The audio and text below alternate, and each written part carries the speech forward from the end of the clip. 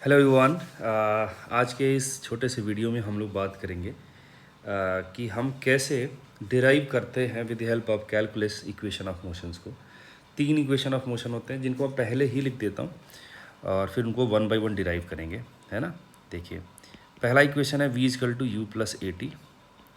Second है s is equal to u t plus half of a t square. And third है v square is equal to u square plus 2as। ठीक है, ये सारे जितने भी आपको दिख रहे हैं ये सब स्केलर नहीं है, बट इनको इस स्केलर फॉर्म में हमने लिखा है।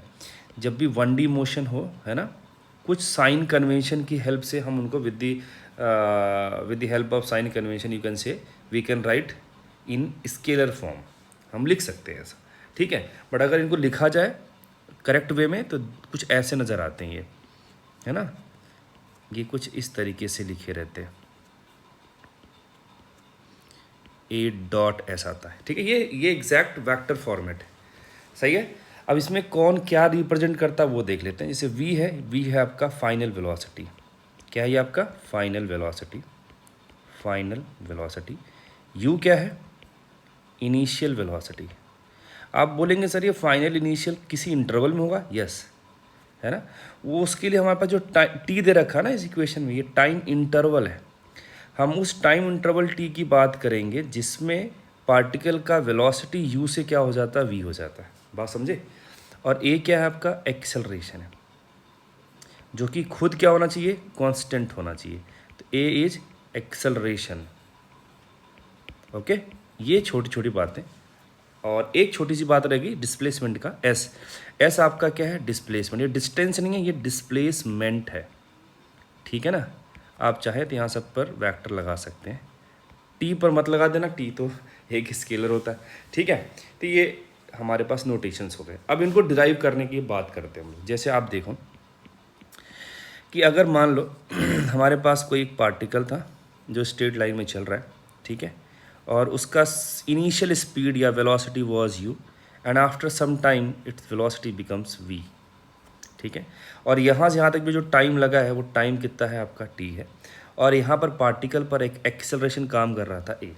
ठीक है, अच्छा, हम 1D मोशन को लेके चल रहे हैं और इसमें कुछ कन्वेंशन आप चाहो तो अपने साइड से ले सकते हो कि जो भी वेक्टर राइट हैंड साइड पे आएगा, राइट टूवर्ड्स राइट आएगा उसे पॉजिटिव, जो टूवर्ड्स लेफ्ट आएंगे उसे क्या मान लेने का, नेगेटिव मान लेने का। ठीक है, आइए देखते हैं। हम सभी लोग एक छोटा सा रिलेशन जानते हैं इन वेलोसिटी एंड एक्सेलरेशन, कि एक्सेलरेशन और instantaneous acceleration is the equal to rate of change of velocity d v upon d t. तो आप यहाँ पे ऐसे लिख सकते हैं d v is equal to a times d t, है ना। दोनों साइड इंटीग्रेशन लगा दीजिए ऐसे। यहाँ पर वेलोसिटी चेंज हो रही है, इनिशियल वेलोसिटी यू था, फाइनल क्या आपके पास वी है। यहाँ पे टाइम आपका हो रहा है टी इक्वल टू 0 पर, यहाँ पे टाइम आपका टी है। ठीक है, क्योंकि एक्सेलरेशन हम लोग क्या लेके चल रहे हैं, कांस्टेंट लेके चल रहे हैं। क्या लेके चल रहे हैं, कांस्टेंट। तो आपको पता है कि जो भी चीज़ें कांस्टेंट होती हैं इंटीग्रेशन या डिफरेंशिएशन से बाहर आ जाएंगी, यहाँ पे ये बाहर आ जाएंगी और ये आएगी। मैं यहाँ पे बाहर स्केलर फॉर्म में लिख रहा हूँ इसको, क्योंकि मैंने कन्वेंशन पहले इस्तेमाल कर लिया है कि जो टूवर्ड्स राइट में है वेक्टर उसको आप पॉजिटिव मान के चलो। तो इसका डायरेक्शन हमने डिसाइड कर रखा, तो मैंने स्केलर फॉर्म में इसको बाहर रख लिया, ए। लिमिट 0 से टी। यहाँ पे क्या आएगा, डी वी का इंटीग्रेशन वी आएगा, लिमिट पुट करोगे तो आएगा वी माइनस यू। अगेन मैंने इनको विथ साइन ही रखा है ना, ये मानते हुए कि राइट हैंड साइड वाले पॉजिटिव आएंगे। तो आप देखो v माइनस यू क्या हो जाएगा, u इंटू डी टी का इंटीग्रेशन t, लिमिट t से 0 करोगे तो आपका t आ जाएगा। तो ये आपका हो गया ओवरऑल ut। तो v आ गया आपका u plus a T. This is first equation, ये पहला इक्वेशन है ना। क्लियर है क्या, सिंपल सी बात। v आपके पास क्या था, v था किसी टाइम पर वेलोसिटी, u क्या था, t इजकल टू 0 पर इनिशियल वेलोसिटी आप कह सकते हैं, a आपका वो कांस्टेंट एक्सेलरेशन, t आपका टाइम इंटरवल है, सही है। अगर मैं वेलोसिटी को डिस्प्लेसमेंट के फॉर्म में लिखना चाहूँ तो rate of change of position is velocity. ठीक है, तो यहाँ से मैं डी एस क्या लिख सकता हूँ, आप कहोगे सर डी एस आ सकता है वी डी टी। वी कितना आएगा, यहाँ से आप चिपका दो इस वाले एक्सप्रेशन में, तो आपके पास आएगा u प्लस ए टी और यहाँ पे लगाओगे डी टी। लिमिट लगाना अपने को, यहाँ पे डी एस और यहाँ पे इंटीग्रेशन करना। ठीक है, ओके। तो यहाँ पर जो आपका इंटीग्रेशन आएगा, ठीक है, यहाँ पे जो इंटीग्रेशन आएगा वो आपको नेट नेट डिस्प्लेसमेंट दे देगा, मैं उसको एस लिख रहा हूँ। और यहाँ पर एक तो आएगा यू डी टी, ये इसका इंटीग्रेशन करना पड़ेगा, और एक का है A T D T, A T का इंटीग्रेशन करना पड़ेगा। लिमिट 0 से टी, टाइम इंटरवल वही देख रहे हैं 0 से टी, ठीक है। अब देखो, एक सेकेंड, ठीक है, देखो अब यहाँ पर डिस्प्लेसमेंट चल रहा है, u आपका कांस्टेंट था बाहर आ जाएगा, dt का इंटीग्रेशन t आ जाएगा, a आपका कांस्टेंट था बाहर आएगा, t के रेस्पेक्ट में t²/2 हो जाएगा। तो डिस्प्लेसमेंट का equation ut plus half of a t square, ये आपके पास एक्सप्रेशन निकल के आया, सेकेंड इक्वेशन हो गया, ठीक है। s is displacement, u initial velocity, a आपका एक्सेलरेशन और t टाइम इंटरवल था। अब थर्ड इक्वेशन के लिए चलते हैं। थर्ड इक्वेशन के लिए आपको एक छोटा सा बात याद रखना पड़ेगा कि जैसे हम a को लिखते हैं ना dv/dt, ये बात मैंने अपने एक वीडियो में बता रखी है। अगर आप इसे dx से डिवाइड और मल्टीप्लाई कर देते हैं तो कोई फ़र्क तो पड़ेगा नहीं, लेकिन ये dx/dt है, ये वाला टर्म, ये बन जाएगा आपका स्पीड या वेलोसिटी v dv/dx। ओके, इधर आ गया आपका a, इस dx को इधर भेज दो तो यहाँ आएगा a dx, यहाँ पे आपका बचेगा v dv। दोनों साइड क्या कर देना अपने को, इंटीग्रेशन, a कांस्टेंट था, इंटीग्रेशन आएगा dx का, यहाँ आपके पास क्या आ जाएगा, ये आप इसको v लिखो, v का v के रेस्पेक्ट में इंटीग्रेशन आएगा v²/2।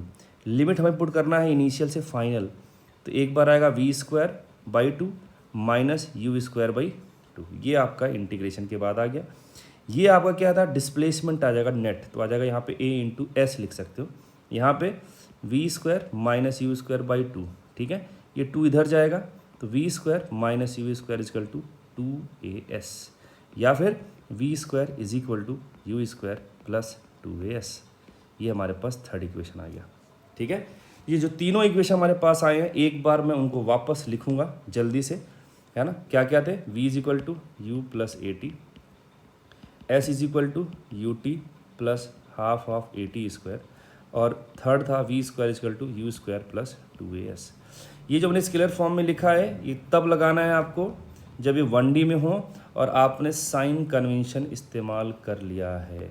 वो क्या कहता है, इधर वाला पॉजिटिव और इधर वाला क्या रहेगा, नेगेटिव। एक एग्जांपल जल्दी से देख लो ताकि आपकी बातें क्लियर हो जाए। स्ट्रेट रोड था, कोई पार्टिकल 20 मीटर पर सेकेंड से जा रहा है, उस पर एक्सेलरेशन जो है इसके ऑपोजिट डायरेक्शन में लग रहा है ना, 5 मीटर पर सेकेंड स्क्वायर के वैल्यू के अकॉर्डिंग, और कहता है कि कितने टाइम बाद रुक जाएगा, फाइंड टाइम आफ्टर विच